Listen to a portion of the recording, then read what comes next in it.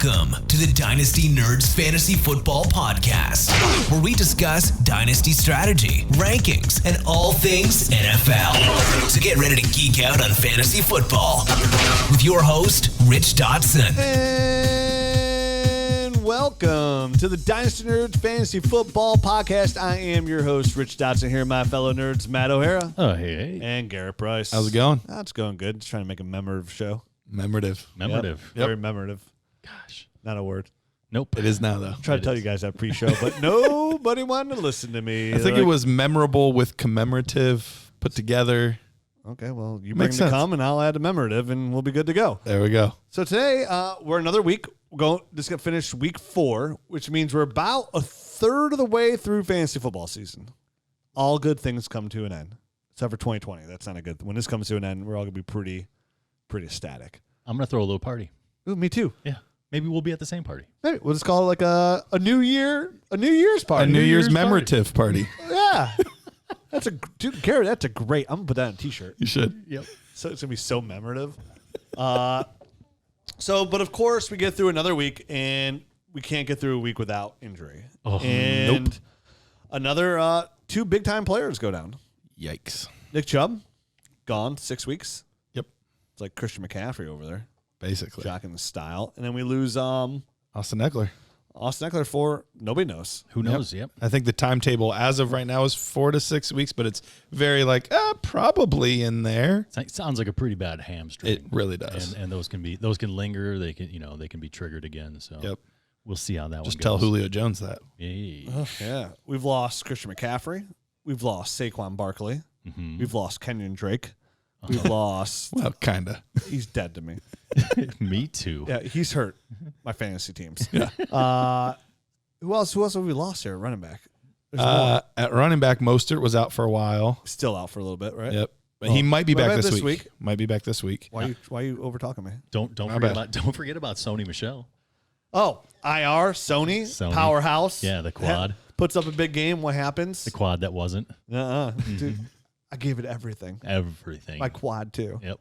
So going back to Nick Chubb, he's out for about 6 weeks. What do you guys think here with Nick Chubb? Do you think?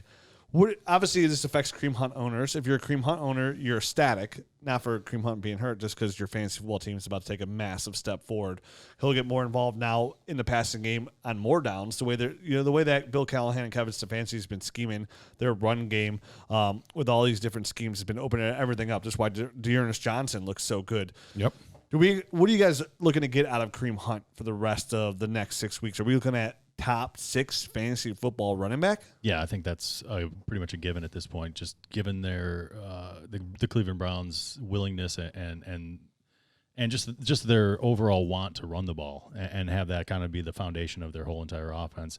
And now that he's in place, given as long as he's healthy from the groin injury, he's going to have a full complement and a full workload going forward. And I think you can count on him. You could count on him before this injury as a guy that you can plug into your lineup and get pretty respectable numbers out of. But now that he's the guy, I definitely think you're looking at top 5, probably even top 3, top 4 type numbers week in and week out. I'm absolutely with you. The thing about Kareem Hunt was before this, he was already putting up RB1 numbers up until this point. Right. Now he's still going to continue to get the passing volume that he was getting before, which still hasn't been absurd. Like he's not getting 6-7 catches in a game, but he's still the passing down guy. Mm-hmm. But he's just now going to also get more between the tackles. So you mentioned Dearness Johnson. I think he'll be the not even the 1B. I think he's going to be the backup, the guy that gets 10 rushes, 8 rushes in a game to kind of help spell him a little bit. But Kareem Hunt, I do weekly rankings for Fantasy Pros. I have him, I think, as my RB4 this week. So that's about right. If that tells you anything going forward, as long as Nick Chubb is out, he's going to be up there. Yeah, and going into this game, they weren't planning on using Kareem Hunt that much. And when Nick Chubb went down, they still kind of stuck to that, and that's why you saw so many rushes by Dearness Johnson and why he had 90-something yards or whatever he had, was because Kareem Hunt wasn't at full health. But he was healthy enough to play. Right. So that at least in my eyes says, by the time next week rolls around, his groin should feel better and he should have a pretty close to a full workload. And you saw where they used him too. It was, passing down situations and we're inside the 10. He's got a nose for the end zone. Let's get him let's get him in there. Yeah, Deandre Johnson, everybody's going to pick him up on the waiver wire, which is rightfully so because he's mentioned. I think he's going to get closer to 10 carries like you mentioned, but it's strictly because, one, O-line is one of the top O-lines in the NFL right now playing the way they're scheming. That's why he looks fantastic. Oh, yeah. And Matt mentioned it. It was the groin injury that Kareem Hunt was even questionable going into the week, why Dearness Johnson got so many carries. Now, Dearness Johnson, when he got his carries, looked good. Fantastic. Mm-hmm. His lateral movement, his cuts, he looked couple great tackles, yep. Yeah, so he's going to get some carries here.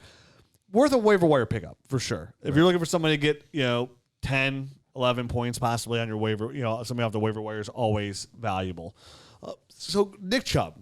Nick Chubb's out 6 weeks. Anytime somebody goes down for injury, it's always a good time to strike in your Dynasty League for a premier player. When somebody's going to be out for 6 weeks, that's half the fantasy football season. Mm-hmm. Do you think this is a good time to buy Nick Chubb? Or on the flip side, can we be worried that Kareem Hunt looks so good when Nick Chubb is out? Now, Nick Chubb is a fantastic talent. This isn't, nothing's going to happen to Nick Chubb where he's not the guy. But Kareem Hunt looks so good where they're like, we don't need to pay Nick Chubb after next year. Well, we already paid Kareem Hunt.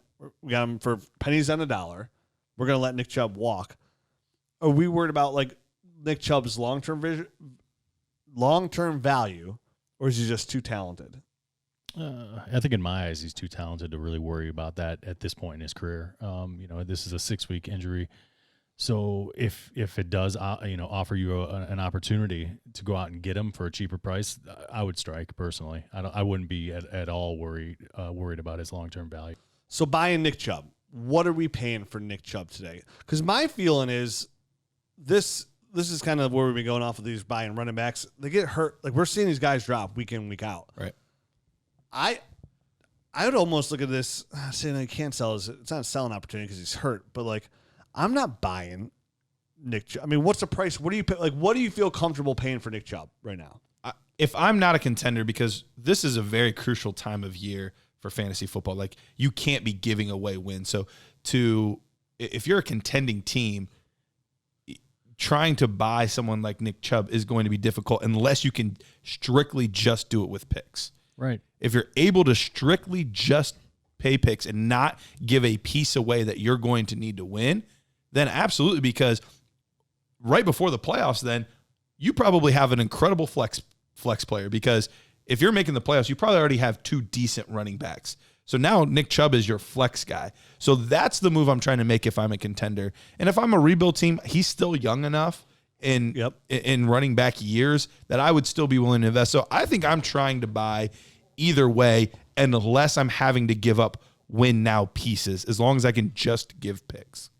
Is he a guy that you can get for hey, I'm on a rebuild, I have Jerick McKinnon on my team. Can I give Jerick McKinnon to a team right now and something like a first round pick or something like that, and close the deal and get a Nick Chubb? Like a Jerick McKinnon, maybe an Antonio Gibson, along those lines. Let's start there with Jerick McKinnon. So you have Jerick McKinnon.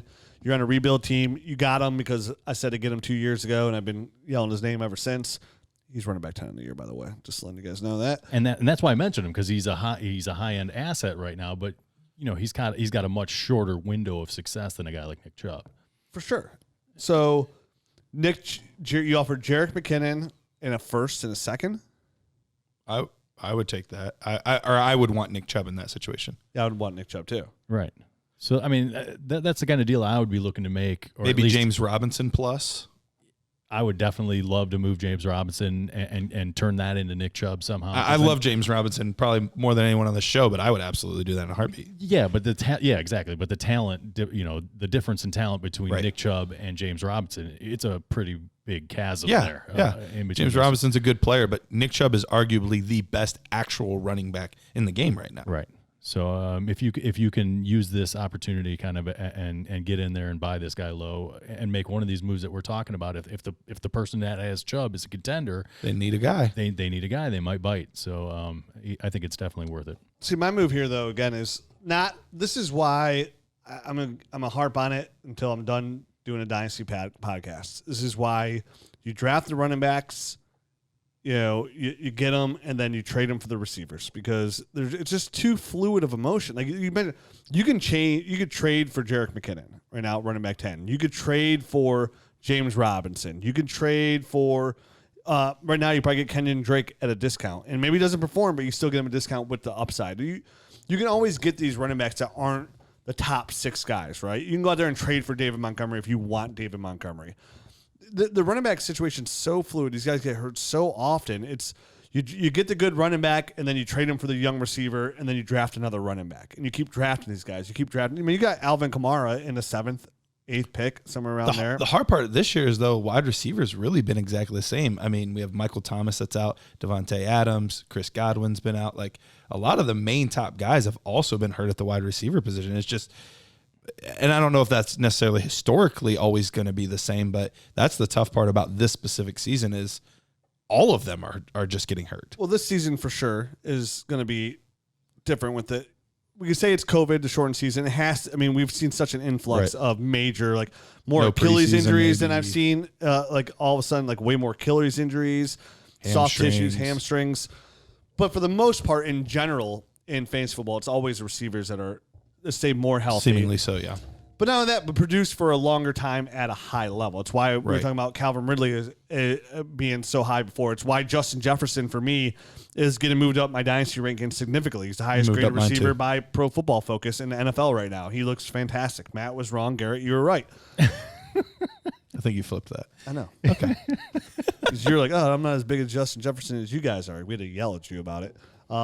Still not probably. But like right now, like I mean, dude. So say you have like who would you rather have in Dynasty right now, Justin Jefferson or Nick Chubb? Nick Chubb.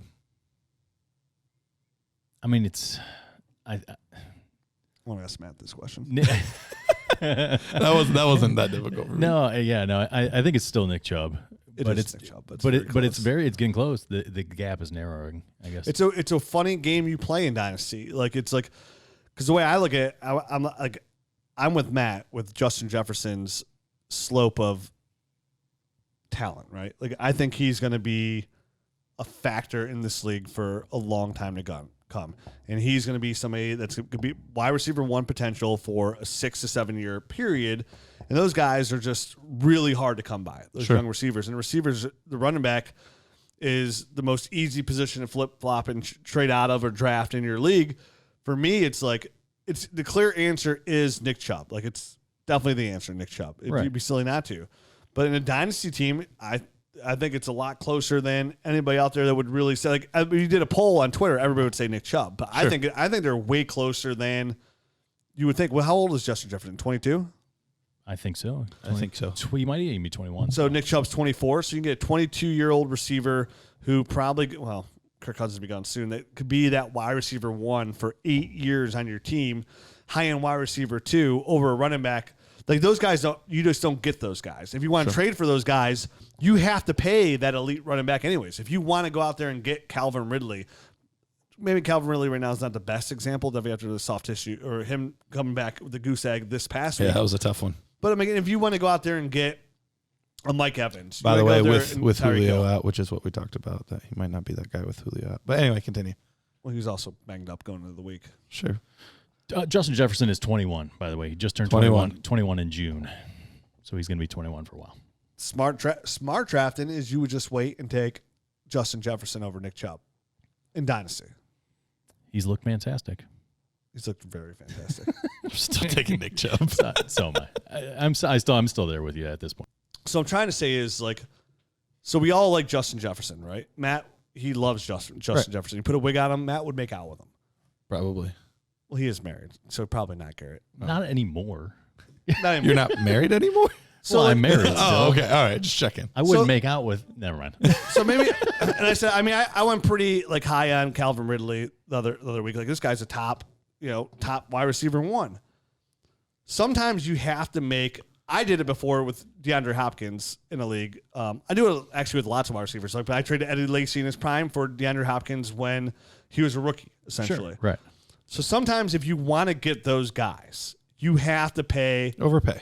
But What seems like an overpay today, that's not as a massive underpay tomorrow. You know what I mean? Like when I gave up Eddie Lacy when he was banging in Green Bay, and for a rookie wide receiver and DeAndre Hopkins, people were like, "What are you doing?" It's like, no, I love DeAndre. Like he's going to be a star. Banging yards out or banging cheeseburgers? All of the above. All right.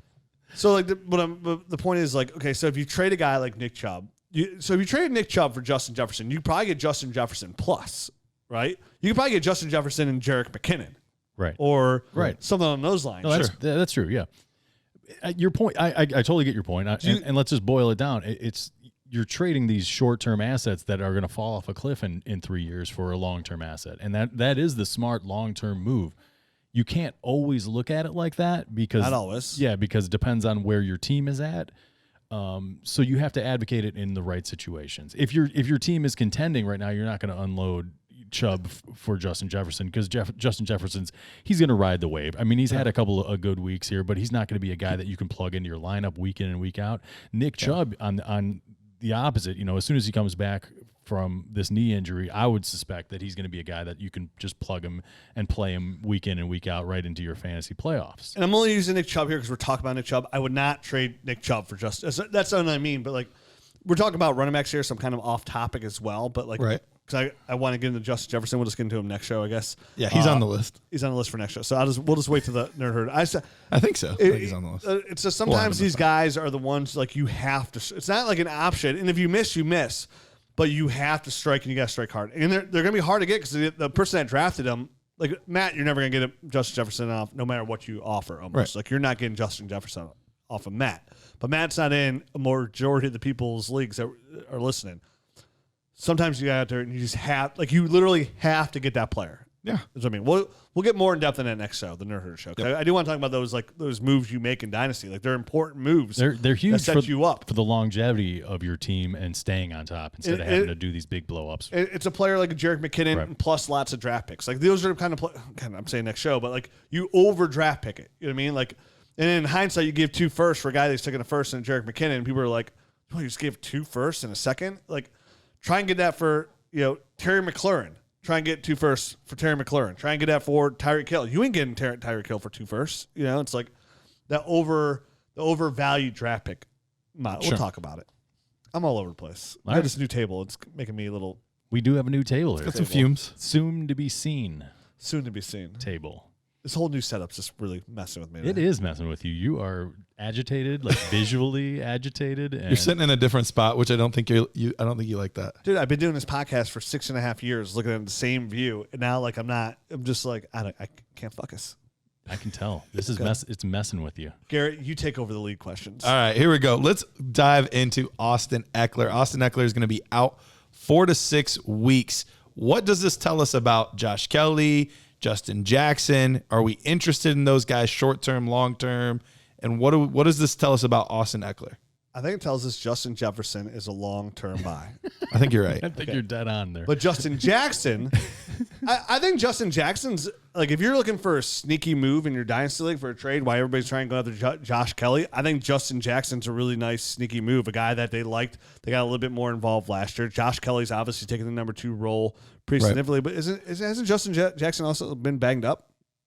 I'd have to look. I honestly don't know. I know Josh Kelly's taken like a bulk of the reps outside of Austin Eckler, but they still sprinkle in Justin Jackson here and there. And he looked decent this week when Austin Eckler was out. They were splitting a little bit of work. And another reason, that Justin Jackson might not be a bad ad is, Josh Kelly has had a few fumbles already so far. Yes. One pretty costly one this past week. So I would suspect that Justin Jackson will get into the mix a little bit more going forward. Oh, for sure. They're going to run 2. They're going to use both of them. That's like everybody's going to go after Josh Kelly. I think you could probably buy Justin Jackson for pretty cheap right now. And that's the thing. I think the cost on a Josh Kelly is the juice isn't worth the squeeze there. Oh, definitely not. Like people are going to be paying he's going to be basically replacing Austin Eckler. He's not Austin Eckler. They're very different stylistically. They offer different things in their game. Yes, Kelly's not a bad player at all. I think he's a fine running back, but he's not Austin Eckler. So if you're expecting that type of production, I think you're going to be sorely disappointed. But what do we do with Eckler though? Because similar situation with Chubb. He's a little bit older than Chubb is, but he also just signed a new deal, so you know that he should be with the Chargers for the foreseeable future at least. What are we doing with Austin Eckler? I mean, he's only 24, so yeah, they are right around the same age. As far as I see. I thought he was older. I didn't realize they were the same age. Yeah, 4/22/96 was when he was born. There we go. Yep. Yeah. So yeah, almost the exact same situation. Almost the exact same situation. Obviously, he doesn't come with the pedigree, but he was signed. So I think they were. I think the usage there was odd to begin with. I think all of us could agree with that. But when he comes back, I would assume that he's just going to slide right back into the same role.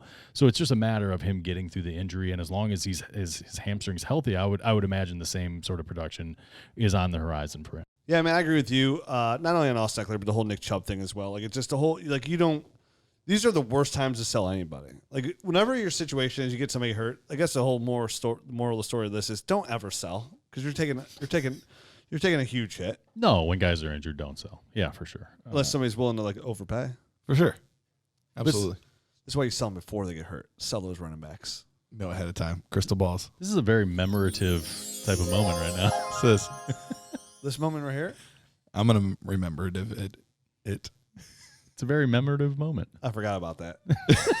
It's been that kind of day. All right. Before we go on, how about a word from one of our sponsors? MyBookie. Guys, gals, MyBookie is going on right now. And if you're like me, you're probably up major cash. I took the Browns money line because I knew they were a lock this week. And I won big time. Nailed it. Big time. Felt good. Eagles money line, big time. And you can be a big time like Rich Dotson with MyBookie. So, again, like if you've been living under a rock, you know that MyBookie is the place to go when it comes to doing your gambling. I don't know about you guys, but for me, a game is 10 times more exciting when I'm putting my money on it. Sometimes I just have that gut feeling like the Browns in that money line about a matchup. And sometimes I'm just betting on my team because that's my team. You know what I mean? I know my team better than others. I'm going to put my money where my mouth is. So regardless of whether you've been betting for years or you're ready just to play for the first time, MyBookie is about to hook you up because they're the best bet this season. With the biggest online selection of bets and props, they've made it simple to win and easy to withdraw your cash. Right now, they've got a $100,000 super contest for only $10 entry, and they're giving away $5,000 in cash prizes every 4 weeks. You would be crazy not to invest in your sports knowledge with that kind of potential return on your investment. $10 to win thousands. You know it. It's a great time to get in there. Use that promo code NERDS, and they're going to give you a 100% match on your first deposit. Promo code NERDS to get a 100% deposit. Everybody's using all these other sites to gamble on. You've already gone through that free deposit. Not at MyBookie. Sign up there. Use that promo code NERDS. Check out their prop bets, dude. Those are some of the fun bets. The prop bets. Fun. Not just those straight bets on the games. You need some more action in your life. If you like to gamble, it's all about that action. Right now, you can do it. MyBookie, 100% deposit match. Using the promo code NERDS. They got NFL, NBA, Major League Baseball. It's your winning season exclusively at MyBookie. I use it. You should use it if you're betting as well. Hey, if you play Dynasty, you probably know more than other people. Probably so. Very true. Yeah. More knowledgeable. Yeah. Browns money line. God bless my soul. They looked great this week. Whew.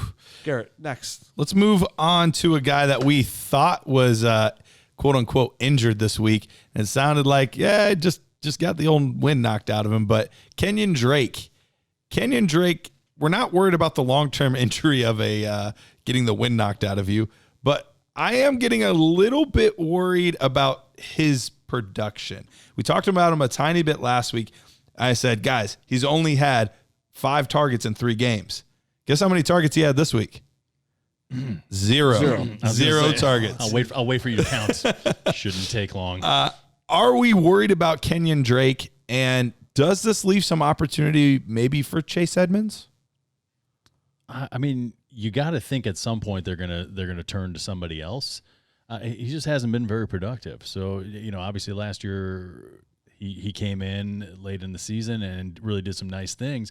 But Chase Edmonds has shown also pretty well in this offense. Yes. So I wouldn't be surprised at all if at some point they don't turn to him just to see if they can kind of get a spark from that position. is it Kyler Murray taken away? They bring in DeAndre Hopkins and his rushing ability to get to goal line. It totally crushes his fantasy value there. But, I mean, he's not produced on the ground or in the passing game, which sucks. There's always going to be that running back that you have that you predict to be like a running back one, high-end, young guy, and they just bust out. And then that's it. It's the end of them.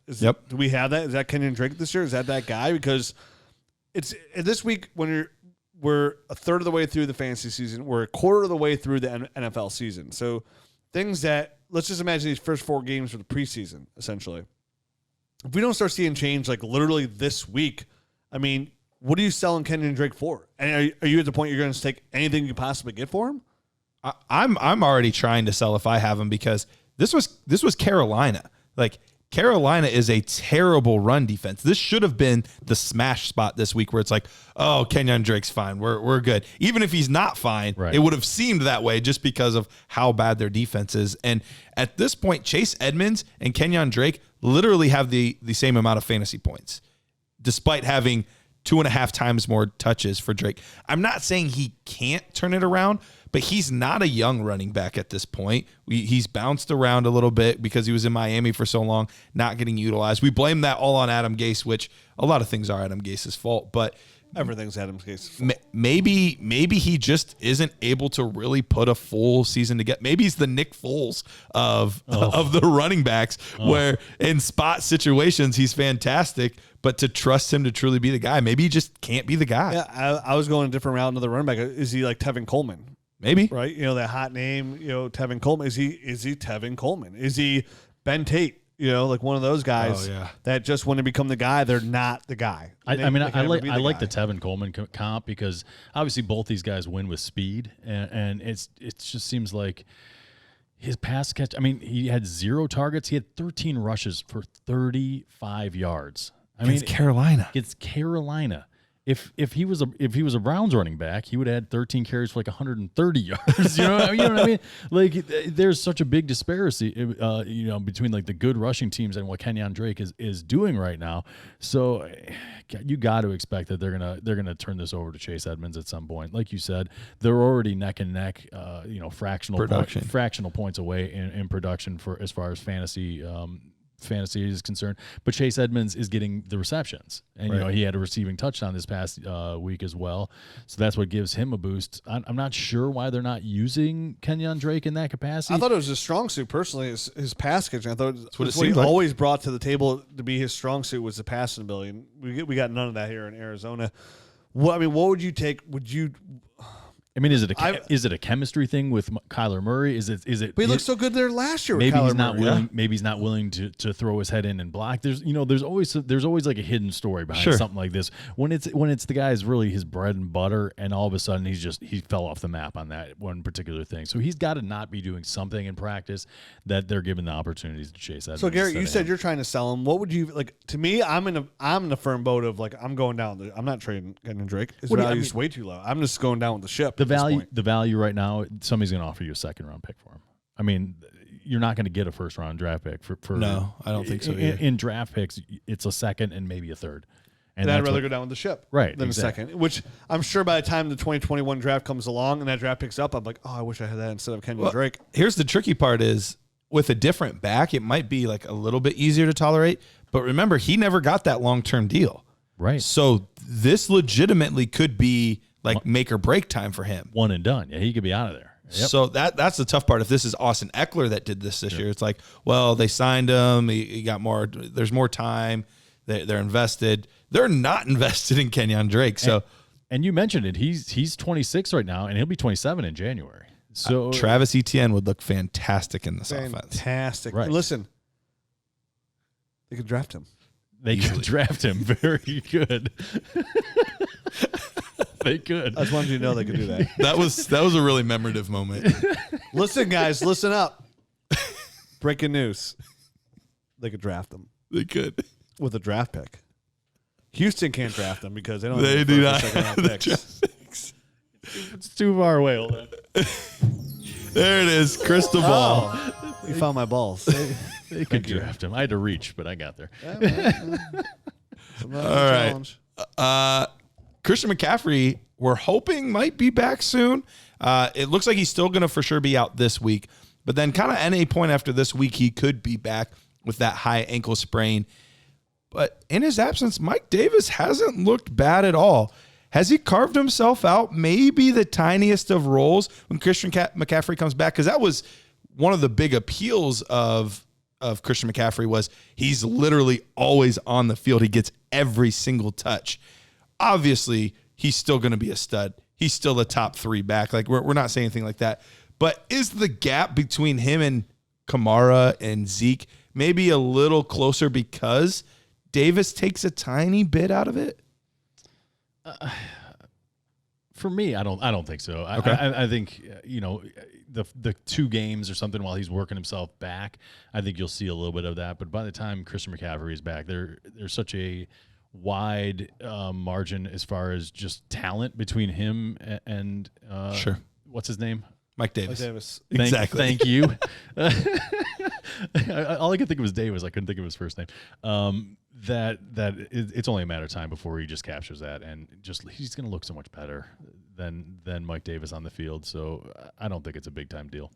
Yeah, I mean, Mike Davis has looked fantastic in the passing game, which is Christian McCaffrey's strong suit. Right. But they did pay McCaffrey a ton of money. He's going to be He's the guy forever. no matter what. It just shows that a PPR running back is always going to hold value. And Mike Davis is a top 12 running back at this point when he's over the games he's played. Yeah. Yeah. So Mike Davis has looked great. He's really strong in the passing game, but to me, he's just another guy. So you don't think all of a sudden Mike Davis takes 2 catches and 5 rushes a game or something like that? No, I think so. I think every NFL running back has to deal with that. Everybody does. Well, Christian McCaffrey didn't have to deal with that until this point. But like Matt said, they're going to work him back. He's a bread and butter. It's just going to be we don't know when he's coming back. It might still be 3 more weeks, so they're going to work him back in. By the time the fantasy season's over, Mike Davis will still hold value. Sure. Essentially. So I think for 2020, Mike Davis holds value. But long term. No. It's just you can find another Mike Davis. I mean, you can find a guy who can catch a football and be that role playing running back. There's Dearness Johnson's look good. If Dearness Johnson was the man right now, because Kareem Hunt went down with the groin injury, he would look good in Cleveland behind that scheme and behind that offensive line. He would look fantastic. But just because you put him somewhere else, he would not be the same running back. If you put him be anywhere, if you put any other running back in that system, essentially, he's going to look pretty good.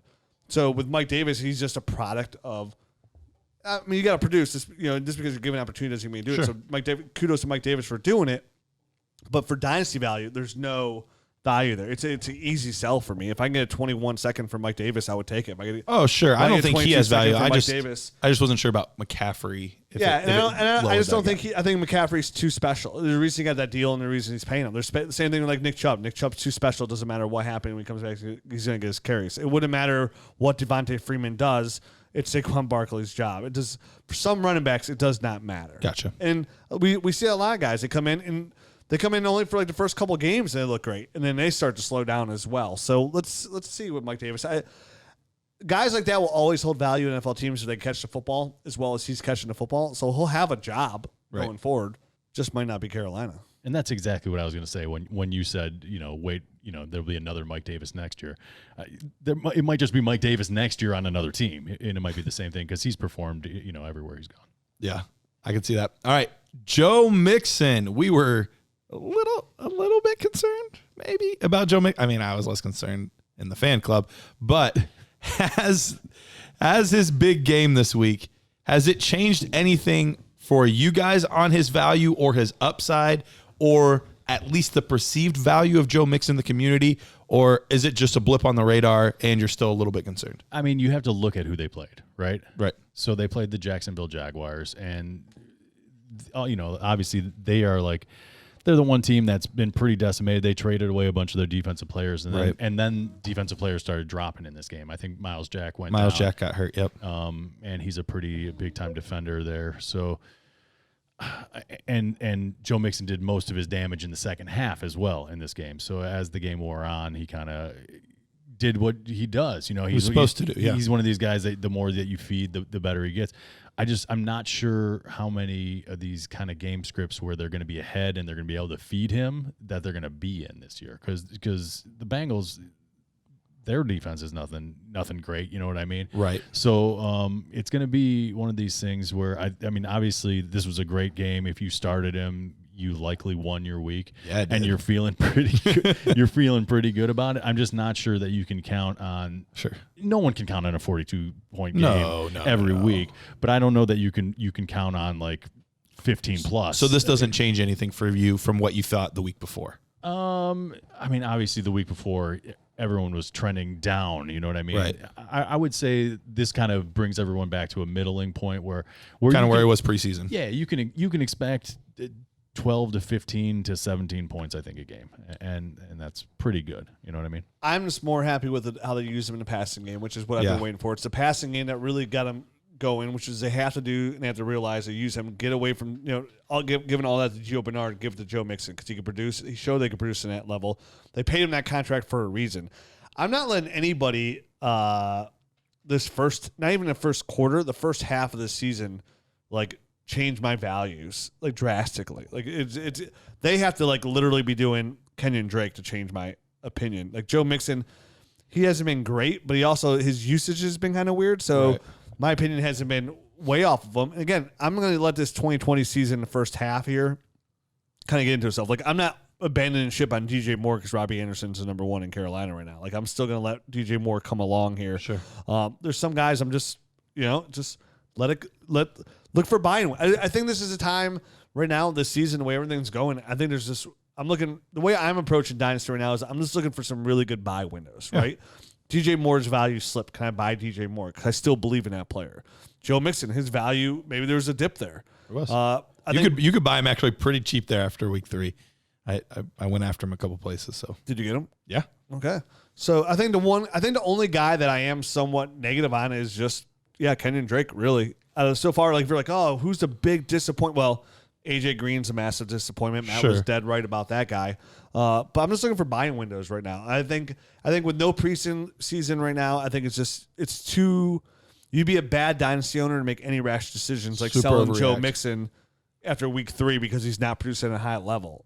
Yep. So yeah, I still like Joe Mixon. I mean, I bought him this offseason as well. I have Joe Mixon in a couple leagues, and I'm very happy with what I got. I just hope. You hope more so that the coaches just realize how they have to utilize their players and what their strengths are and what their weaknesses are. And Joe Mixon's very strong in the passing game, and they need to utilize him there as well. And as that offensive line gels in Cincinnati, as Joe Burrow gets a little bit more comfortable and opens things up, it's all going to be good for Joe Mixon. Everything's set up for Joe Mixon in the future very nicely. Long-term contract, Joe Burrow, T. Higgins, Tyler Boyd. Let's work on that offensive line. Let's get some more weapons in there. We all see what these teams do with these rookie quarterback on their contracts. They get weapons and they pay guys. So let's see. I mean, AJ Green's been a massive bust, but Tyler Boyd looks fantastic. T. Higgins looks great. Tyler Boyd's the third ranked. We mentioned Justin Jefferson's the number 1 receiver by Pro Football Focus. Tyler Boyd's number 3. He's looked great. So I still like Joe Mixon. Yeah, I'm totally with you. And that was the thing that we had not seen before. You mentioned it with Gio Bernard. Gio Bernard only had 17% of the snaps this week, which was his low like ever. And he wasn't using the passing game at all this week. We'll see if that continues. That's my big thing is what does it look like this week? Is it still mostly Joe Mixon? Is he looking more like, the Zeke type of workload, what we assumed Barkley would be getting, that kind of thing? Or is it still going to be like, well, it's the 2-minute drill, so there goes Joe Mixon, or it's third down, there goes Joe Mixon. That's the thing. If you want to be Bill O'Brien, get fired from your job, that's what you do. Because it's just silly. You have to. They won. They got their first win of the year by doing what they did. Yep. I mean, you have to be smart in the NFL and do what you do best. Joe Mixon's one of the best players on your team, not on your offense, on your team. So you have to utilize him that way.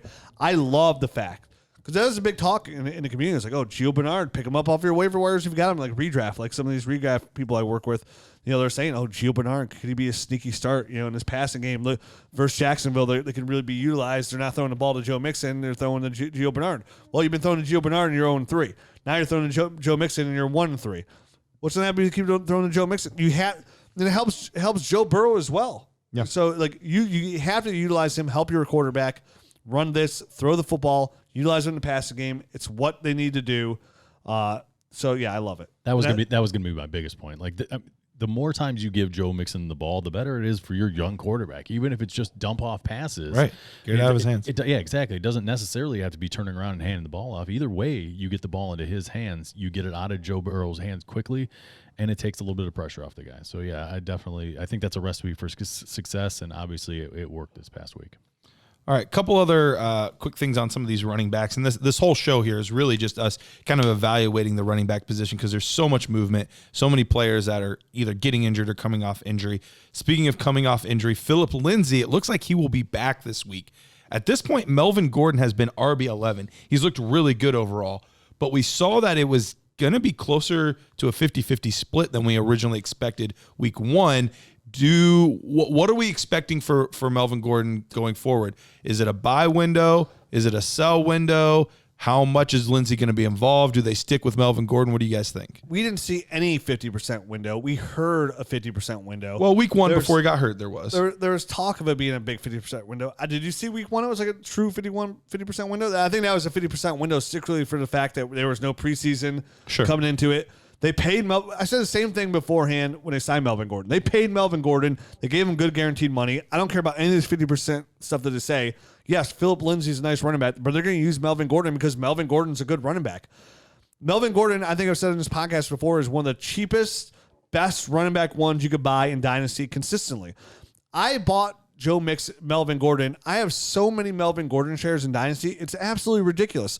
Whether it's a startup draft where he falls to me or how easily I can just get him for a first, a future first, a 22 first, I can get Melvin Gordon for. And that's this summer. When he signed a new contract, I was still able to get Melvin Gordon for strictly just a 21 first or a 22 second. And this is a guy who's not an old running back by any means, who just got a 2-year deal. It's pretty much the 2 years are guaranteed. So for me, I'm not worried about Phillip Lindsay coming back. I think Phillip Lindsay is a nice running back. He'll produce when he gets on the field, but he's not Melvin Gordon. He doesn't have the size to be Melvin Gordon. And Melvin Gordon looks great on a team that's completely banged up, that has not many other options when you got Brett Rippon coming out here playing quarterback. So you could stack the box against Melvin Gordon nonetheless, and he's still producing. I mean, there's games that he's had averaging over 5 yards per carry. Melvin Gordon had a big run just the other week to seal the victory with 2 minutes left. I think Melvin Gordon's one of the best buys in Dynasty Fantasy Football. He's one of the few running back ones. So you mentioned he's running back 111. He's one of the very few running back ones you can get for just a first-round pick by itself with nothing else. I mean, if you're trying to buy Jerick McKinnon off a team right now and where he's going, like you're almost, which is silly, you're almost in the same range of that Melvin Gordon price tag what you were paying not too long ago. If you want James Robinson, I bet some people would ask for more what they would be asking for Melvin Gordon not too long ago. It's just, I have no idea why, and maybe it's because his average, yards per carry average has been always pretty low. Yeah, it's always been below, the 5-point mark, but even like close to the 3, like 3.7. Yeah, it was in the 3s every year except for 1 year he had it 5. So he's never been in the 4s for some reason. And he's always, but the one thing he's always done, always is produce at the fantasy football level. And again, I'm not looking at. All I'm doing when we're talking this podcast is like we talk about all the time, like this guy's a good NFL player, but he's not a good fantasy player. Like I'm just looking for good fantasy football players. Nothing else. That's all I'm looking for here. Dynasty assets, long-term value, short-term value, good returns, good sells, good buys, and where can I get it? Melvin Gordon fits right in that category of a really good dynasty asset because you don't have to pay an arm and a leg for him. If you're doing a startup draft, you can get him in a good spot. I think Melvin Gordon is not only still really great to have this year, I think Melvin Gordon's going to be really great to have next year. And one day, yeah, those wheels are going to fall off. But I can easily see Melvin Gordon producing out here in Denver, and that another window opens up, and he signs like another similar contract, and they extend him for like another. He's there for till he's about 30, which we got 3 more years easily of Melvin Gordon. 3 years of any running back, as you can see in 2020, is a lifetime. Sure. So, yeah, I love Melvin Gordon. I'm not worried about Phillip Lindsay coming back. I think Phillip Lindsay's a solid running back too, but so is Chase Edmonds. You know what I mean? So is Tariq Cohen, who blew out his knee. Another running back we didn't talk about that's gone for the year. Right. There's tons. So it's like, is Josh Kelly nice to have on Dynasty? Could you play him in a flex spot when needed? Yeah. You know what I mean? Is Josh Kelly win you a championship? No. Is Phillip Lindsay win any of us a championship? No. That was going to be my point. Like, I think he's a very nice complimentary back, and he could shoulder the load if something happened to Melvin Gordon. And he's startable. He's in your running back slot 100% then. But right now, with him coming back, he's nowhere near my starting roster if I'm on a competitive team. So that's where he belongs on your bench unless something happens to Melvin Gordon. And then he's got some value. Got him everywhere. Yep. He's always on the trading block. Every time he popped up, I was more than happy to give a first for him. Don't care how strong the 21 class is. I expect that if I buy him, I'm a competitor, or not competitor, I'm a contender. You're talking Melvin Gordon now. Melvin Gordon, yeah. I'm a contender. I expect it to be anywhere from pick 10 to pick 12, or pick 9 to pick 12. And there ain't nobody in the 21 class that's going to give me that I feel confident give me running back one numbers between 9 and 12. I don't care what the class is. You know what I mean? Right. Even this year, like right now we're taking talking a shot in the dark. Right now we're talking, Michael Pittman, Henry Ruggs, Denzel Mims. Well, obviously Justin Jefferson made that mix, but those guys, Zach Moss, like these guys aren't Melvin Gordon. And this was a coveted 2020 class. How dare you say Justin Jefferson was said down, not at, Justin down Jefferson. at 9? Okay. Not Justin Jefferson. You were speaking too fast. I thought you said Justin Jefferson. I mean, you'd have to pay that right now. Like, again, if you say, 2020 first, like, no way. But right now, if you wanted Melvin Gordon, you'd have to pay Michael Pittman. Maybe Michael Pittman, you know what I mean? Like, you'd have to give that. Yeah. So, yeah, that's my Melvin Gordon rant. Hey, I'm for it. So, a potential buying window moving forward. Miles Sanders. Guys are a little bit worried about Miles Sanders. The offense hasn't looked great, and that's probably an understatement. We know that there's tons and tons of injuries. His usage was weird this week, nationally televised game, and they pulled him out in the last couple minutes when you would think you would want your main running back to tote the football. They put in Boston Scott to tote the football at the end. Weird things. Doing weird things out there in Philly. Their next 2 weeks, so already kind of a sour taste in your mouth. Next 2 weeks, they've got the Pittsburgh defense and the Baltimore defense. Number 1 and number 6 against the rush. So we might have a potential buying window. And this one is more just a public service announcement, more than we need a lot of analysis. I know you guys are both very high on Miles Sanders. I'm not quite as high as you guys, but this could be a great opportunity because we're looking at this offensive line has been banged up. The whole offense has been banged up. Has there been a bigger shit show than the Philadelphia offense this year? Carson Wentz has regressed. Yeah, terrible. Yeah, Houston's been a much. Houston, all right, the Jets. But yeah, they're all in the same Detroit cup of poo. yeah, exactly. So right now, obviously, as somebody that has shares of Miles Sanders, I mean, it sucks. I'm you're not getting the production that you expected, especially preseason, with all the hype that was going on. But I am by no means jumping ship or anything. This just looks like a hot turd. That whole offense just looks like total crap right now.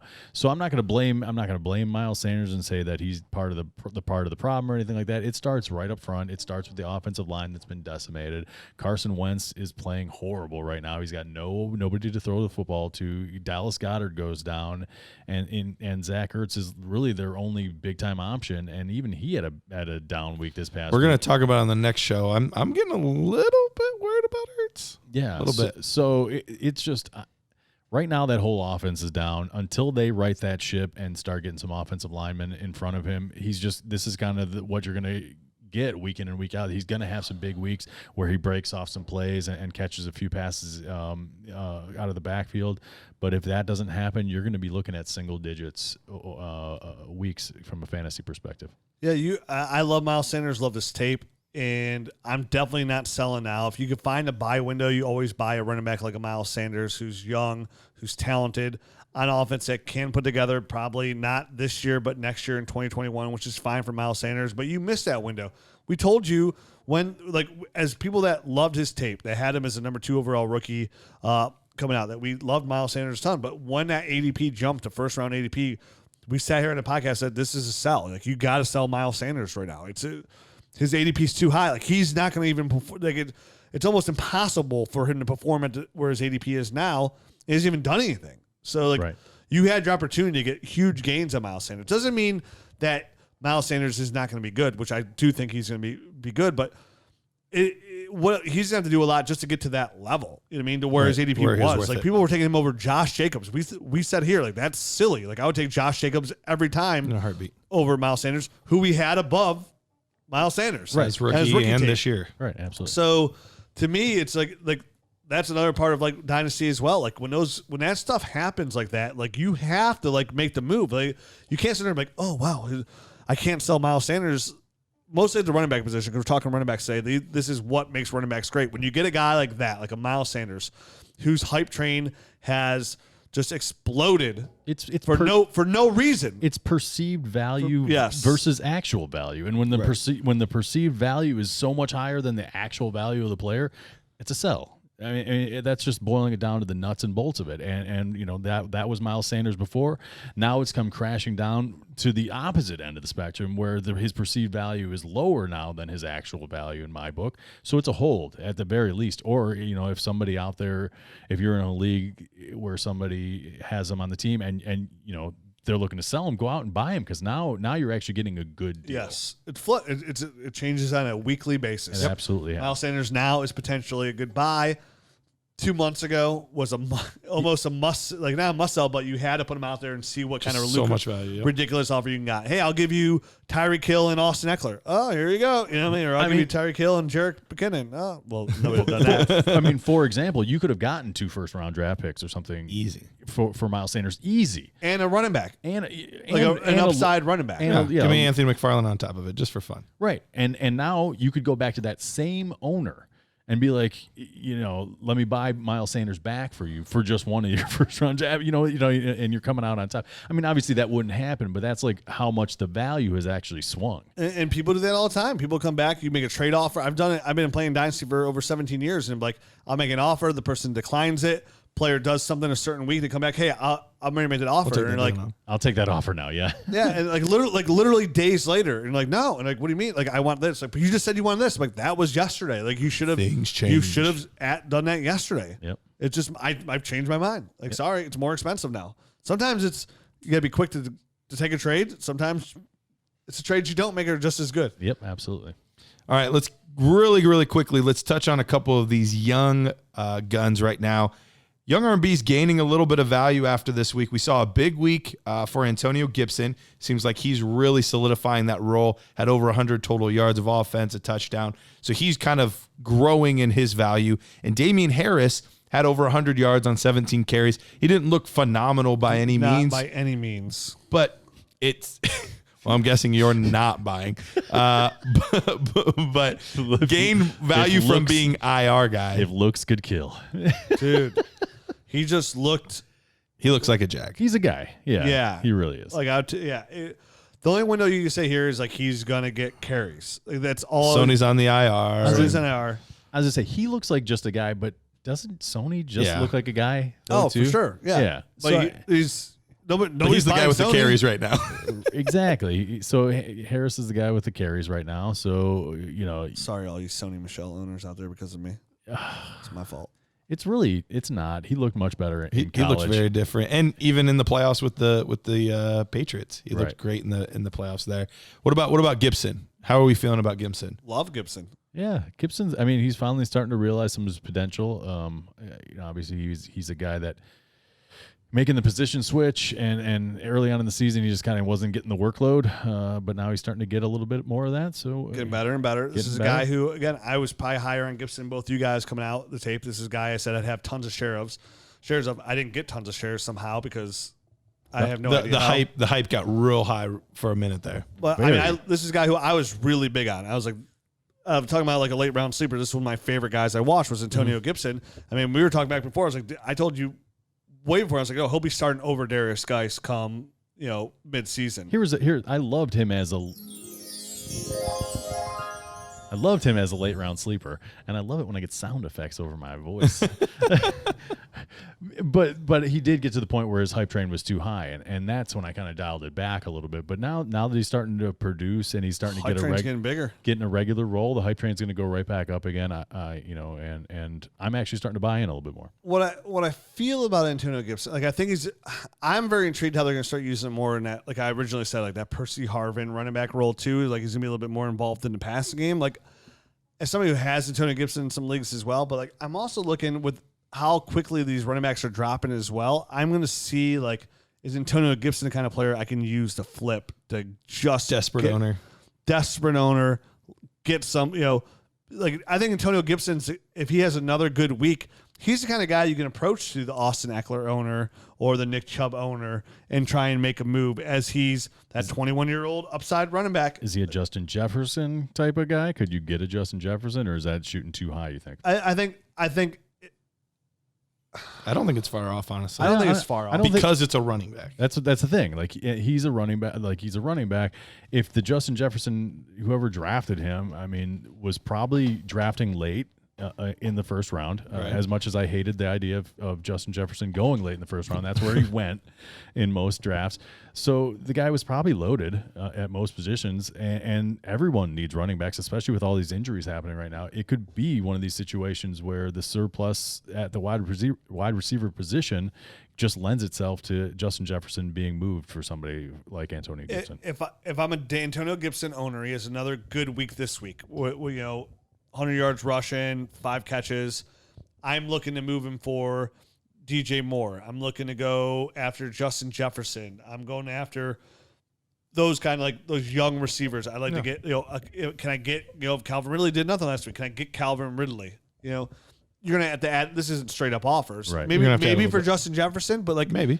If I can give Antonio Gibson, and honestly, if he's going to be the guy in that role, you don't have to throw a lot on there. Like, you have to sell it as this is the guy in Washington they don't have a lot of other options and weapons. It's him and Terry McLaurin essentially here. Even Steven Sims, who we thought might be a good number 2, has been invisible. So there's a lot to like about Antonio Gibson, just to how many touches, like I said, how they're going to manufacture that Percy Harvin role, like how they're going to manufacture him. You could argue it's a bad sell, but he's a perfect kind of player that I love to sell.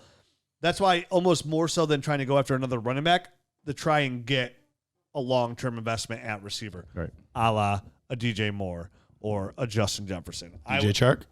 Even a DJ Chark, who had a monster week this week. Yep. I'd make that move too. Yep. All right, real quick, these are all rookies that have finally gotten a little bit of run on their teams. Do you think any of these guys this season become potentially startable assets? Do you like them for the future, or is it just they're rookies and it's a blip on the radar? DJ Dallas, Keyshawn Vaughn, LaMichael Pirine, Anthony McFarland. Any thoughts or feelings on any 4 of those guys? I like all of them as stashes. I like all of his stashes. Obviously, you might have some inside information on somebody getting a little bit of more of an opportunity going forward. So, I mean, obviously, Seattle loves to run the ball, so that's a nice situation. If DJ Dallas can get some more opportunity there, a great situation. Yeah. Would love to see him get that opportunity. Keyshawn Vaughn, everyone's getting banged up there. Ronald Jones can't catch a cold. No. So both Fournette and McCoy both did not practice today. They have to play on Thursday this week as well, so I might have another opportunity. None of the receivers practice either. Scotty Right. Miller, Chris Godwin, Mike, none out. of them practice. So, yeah, it's an odd situation, but Keyshawn Vaughn, he caught a touchdown this past week, so he actually, was not inactive and made the most of his opportunity. He did. So that is good to hear that he's doing that kind of stuff. LaMichael Pirine, they have nothing there. They just caught Kellen Balaj, which is a really good sign for Pirine. I said on my ESPN radio show, the host, Tony Rizzo, was asking. He was like, hey, I'm getting decimated by running backs. Like, what's a name I could pick up? I'm like, LaMichael Pirine. And he's like, who? I'm like, yeah, Florida, rookie out of Florida. I was like, I just looked with Le'Veon Bell. Adam Gase is not for long. Like you mentioned before, they could switch coaches, look for that spark. I think for this year, the best opportunity for a second half name to make a big rise is LaMichael Pirine. Yeah. Yep. So I like him the most out of those guys' names. I think out of the college tape, I like Anthony McFarland's tape the most out of all those guys. But if I'm looking at 2020 this season, who gives me the best chance at helping my team on the second half? I think it's LaMichael Pirine. Well, and the nice part about all 4 of these running backs is, 3 of the 4 have very injury-prone running backs ahead of them. Mm-hmm. The only one that really doesn't is Keyshawn Vaughn, but we have no established roles. So all of these guys have a potential for upside. So especially if you're in a redraft and you're just like Rich was talking about, like, crap, I have like no running back depth at all. Try to stash as many of these guys as you can on your bench, and you could afford to, because I'm not guaranteeing any of them will pop this season, but it wouldn't surprise me if any of them do. And all of them could produce they all have the talent to produce if given the opportunity. Both in the rushing game and the receiving And game. the passing game. All of them All can of them. catch passes. Yeah. Yep. So that's where I look at Michael. Like the Jets need so much help, and it's like I said, them cutting Kellen Ballage was a nice step. And It was. I mean, they can't rely on Bell's Frank coming Gore back. much longer. Bell's coming back, but what's it going to take to get Adam Gase out of there? You know what I mean? Like Even Bill O'Brien got fired. right, Bill O'Brien got fired. Like They need to make Adam Gase the GM. There you And go. offensive play coach. Gase is not making it into 21. So I think we can say unless they go on some win streak, which is not happening. I think Woody Johnson made a good point. Like he said a point. Like there's nothing good comes of firing a coach this early. Like nothing good happens to your team. Really? A team that's so like demoralized? I think some things can. I think they're at the point they're like, this is exactly what we want. Trevor Lawrence, 2021. Yep. Let's tank for Trevor. I don't doubt that, to be honest, man, because I'm not sure that Sam Darnold's the answer. We'll see. I'm sure they're not either. See. I like Sam Darnold. It's just again, I mean, you can't. I won't judge anybody under Adam Gase at this point. I mean, look at every single person that leaves produce. Look at Robbie Anderson, #1 receiver in Carolina. It very well could, but you don't pass up that opportunity to get that guy. You trade Sam Darnold and then draft Trevor Lawrence. There's very few quarterbacks that I would not Ship out. ship out. There's probably like maybe 12, if that. I mean, like would you do Baker Mayfield? yeah, I would take Trevor Lawrence from the Cleveland Browns. Yeah, 100%. And I love Baker would too. Mayfield more than I love. I was you. actually surprised it was that easy for you. Me too. It's really easy. And there's some of the young guys I wouldn't, like Josh Allen, if on the Bills, I would not take him. Yeah. You know, Russ Wilson, I'm not taking him. Obviously Kyler Murray, you're not taking Trevor Dak. Lawrence. Although Pat the Mahomes. Cowboys might because they haven't fixed his deal yet. So. If they paid him, yeah, but Dak's one of those guys Right. you don't take in that situation. If they pay him. If not, you do take a Trevor Lawrence. But they'll let almost any other team for the Joe Burrow, you don't take Trevor Lawrence Right. there. Deshaun Watson. Lamar Jackson, you don't take him. Right. I'm not sure that I wouldn't. Ooh. Fire. You wouldn't from that point, but you don't. You're talking about a reigning NFL MVP. That's a lot of. How's he looking this year, though? Okay. Well, we kind of saw that coming. We still We did. We talked about that a lot. I know. They won't be in that position, but for the most part, the main point is like it doesn't matter if you Any of the drafted teams that are in Sam that Darnold. position will take Trevor Lawrence. It doesn't No, they matter. will. Exactly. Yep. Anybody who's in that position will take Trevor Lawrence. Yep. They're not trained to pick. I think the only people. I think the biggest question is what happens if Miami has to pick and it's the Texans pick, Right. right? 'Cause they have two first. Like, what do they? Now That's with a them, perfect trade down scenario. It's And a just perfect trade down get a scenario. buttload of picks. That's why I think if we're talking about super flex buys, Trevor, we should probably save it for the next show. I'll buy Trevor Lawrence. No, not Trevor Lawrence. I kind of like as Tua Tagovailoa as a buy. Sure. I mean, Herbert looks fantastic. He looks so amazing far. Yep. Somebody's trying. I have a lot of Herbert shares. I got a lot of slack for drafting Herbert, like 3, 4th overall. Like, oh, go these running backs. I'm like, I don't care. It's super flex. I'm taking a quarterback that I believe in.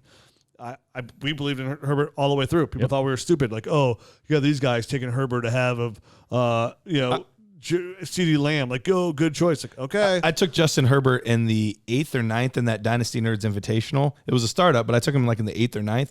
A couple weeks later, I was able to flip him for Kareem Hunt, who was taken in the 4th. Yeah, Just gained that capital that quickly. And that's what the whole argument was for the quarterback. And Justin Herbert looks absolutely He does. fantastic. And then we'll talk about another show. Not today. We're gonna wrap this one up. But like, I think Tua, with having those draft picks from Houston, are in a really good position. If they do end up with Trevor Lawrence or in that position or anywhere in the first, they're about to surround this dude with a lot of tons of talent.